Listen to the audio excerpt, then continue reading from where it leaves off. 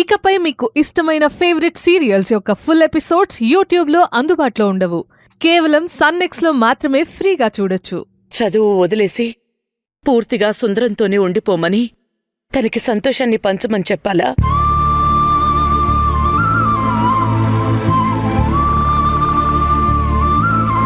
ఈశ్వరి కల నిజమవ్వడానికి నేనే ఎంకరేజ్ చేస్తాను అని తనకి మాటిచ్చి ఇప్పుడిలా ఆలోచించడం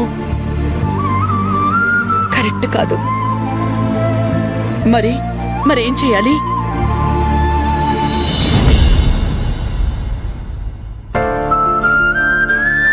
అత్తయ్య,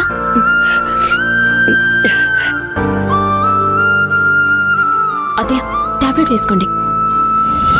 సుందరమూర్తి ఎలా ఉన్నాడు? ఫ్రెష్ అప్ అయ్యాడా? ఏమైనా తిన్నాడా? చిన్నయ్యకి ఇంకా తాగిన మత్తు దిగలేదత్తయ్య. హ్యాంగ్ ఓవర్ వల్ల ఇప్పుడు తినే పరిస్థితులు లేడు. మీరు చెప్పినట్టే ఇందాకే మజ్జిగ తాగించాను. తను సెట్ అవ్వడానికి ఇంకొంచెం టైం పడుతుంది. చిన్నయ్య గురించి మీరు పడుతున్న బాధని, మనోవేదనని నేను అర్థం చేసుకున్నానత్తయ్య. మీరేం దిగులు పడకండి. చిన్నయ్య నా నుంచి ఎక్స్పెక్ట్ చేస్తున్న ప్రేమని, సంతోషాన్ని తనకి నేను అందిస్తాను. ఈశ్వరి, ఎగ్జామ్ దగ్గర పడుతున్న టైంలో ఇలాంటి నిర్ణయాలు తీసుకోవద్దు. సుందరమూర్తికి నేను నచ్చ చెప్తాను. నీ చదువుకి మాత్రం ఏ ఆటంకం రాకూడదు. మీరేం కంగారు పడకండి అత్తయ్య. ఈ క్షణం నుంచి చిన్నయ్యని జాగ్రత్తగా చూసుకుంటూనే నా చదువుని కూడా నేను బ్యాలెన్స్ చేస్తాను. మీకు మాటిస్తున్నాను అత్తయ్య.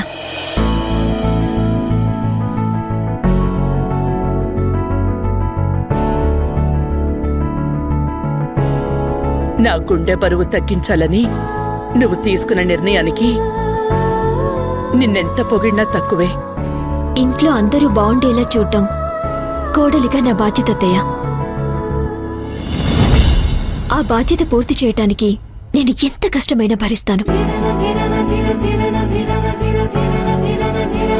నీకెలాంటి కష్టం రాకుండా నేను చూసుకుంటాను ఈశ్వరి. ఏదైనా సరే నన్ను దాటుకుని మీదాకా రావాలి. నువ్విచ్చిన మాట ప్రకారం రెండింటినీ బ్యాలెన్స్ చేయగల సమర్థురాలివి నువ్వు. నాకా నమ్మకం ఉంది. తప్పకుండా అటు చదువులోనూ ఇటు సుందరమూర్తి విషయంలోనూ నువ్వు అనుకున్నది సాధిస్తావమ్మా, సాధిస్తావు. నా మీద మీకా నమ్మకం ఉన్నందుకు చాలా థ్యాంక్స్ అత్తయ్య. అత్తయ్య, చిన్నయ్యకి ఏం కావాలో నేను చూస్తాను. మీ టాబ్లెట్ వేసుకోండి.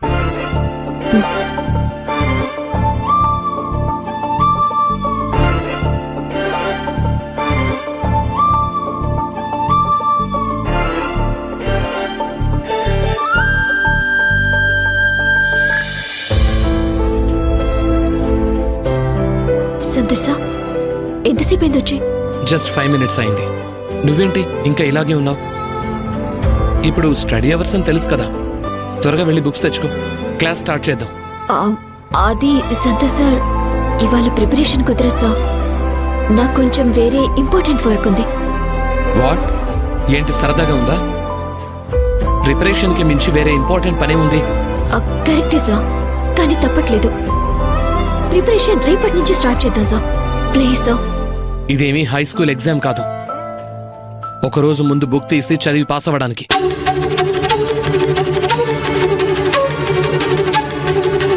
అరే, ఎగ్జామ్కి గట్టిగా 5 days కూడా టైం లేదు.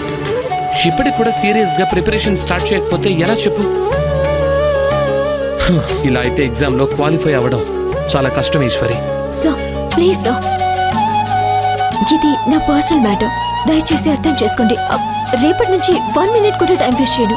కంప్లీట్ గా నా ఎగ్జామ్ ప్రిపరేషన్ మీదే ఫోకస్ చేస్తాను. దేనికి నేను డైవర్ట్ అవ్వను. ఈ ఒక్క రోజుకి మాత్రం వదిలేండి sir, please sir. Okay Eshwari, ఇక నీ ఇష్టం, but don't give up. Bye, see you tomorrow.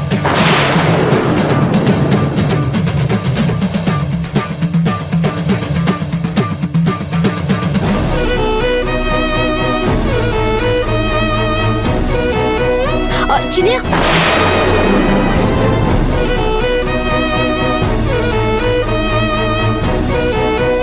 ఇప్పుడు ఏమైందని అంత కోపంగా వెళ్ళిపోతున్నావు? నాకంటే నీకు చదువే కదా ముఖ్యం. వెళ్ళి చదువుకోపో. నా గోల్ నాకు ముఖ్యమే కావచ్చు, కానీ అంతకంటే నువ్వు నాకు ముఖ్యం. ఈ ప్రపంచంలో నీకంటే నాకేది ఎక్కువ కాదు.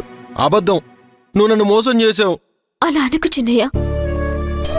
నువ్వు మన ఫస్ట్ నైట్ జరగలేదని ఎంత బాధపడుతున్నావో నాకు తెలుసు. నువ్వు బాధపడుతున్నావని నేనెంత కుమిలిపోతున్నానో నీకు తెలీదు.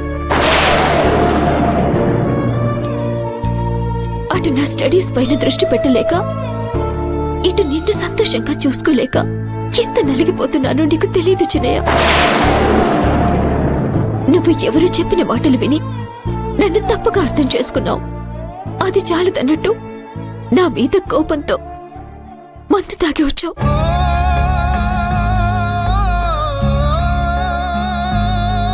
నేను నీ మీద కోపంతో తాగలేదు ఇషు. నన్ను పట్టించుకోవట్లేదన్నా బాధతో తాగాను అంతే. ఎలాగైతేనే తాగి ఇంటికొచ్చి నన్ను అత్తయ్యగారిని బాధ పెట్టావు. అంత దూరం నేను ఆలోచించలేదు ఇషు. అసలు నీ భయమేంటి చిన్నయ్య? చదువు పేరుతో నేను నీకు దూరం అవుతాననే కదా.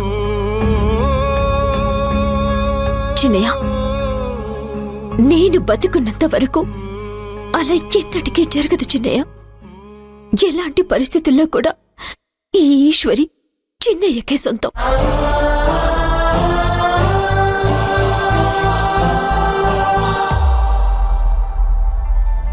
ఈ జన్మకే కాదు, ఇంకెన్ని జన్మలున్నా ఆ దేవుణ్ణి నేనొక్కటి అడుగుతాను, నా చిన్నయ్యని నాకు భర్తగా ఇవ్వమని. ఇషు,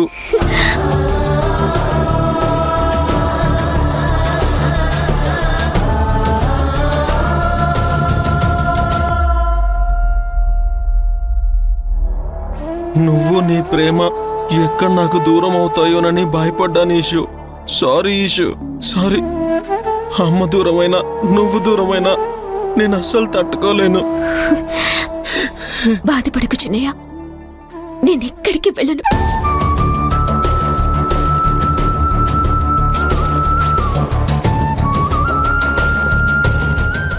నిన్ను తప్పుగా అర్థం చేసుకుని బాధ పెట్టాను. సారీ ఈషు. నా బాధని అర్థం చేసుకున్నందుకు చాలా థ్యాంక్స్ చిన్నయ్య. మళ్ళీ నాకు దగ్గరైనందుకు నీకు కూడా థ్యాంక్స్.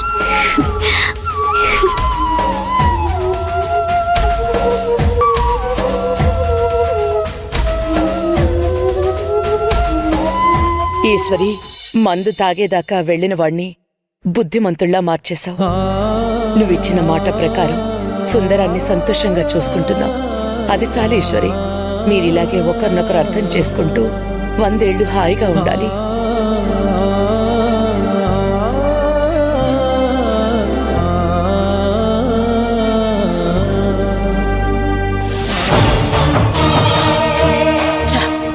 వేడేంటి?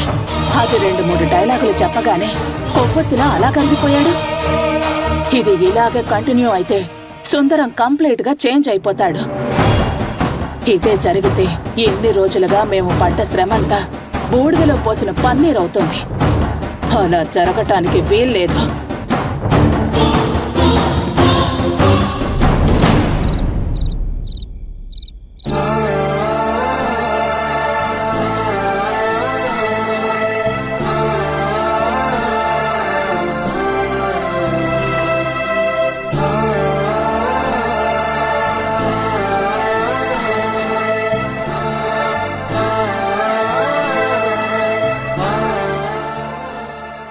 ఈశ్వరి, కాఫీ ఏమైనా తాగుతావా?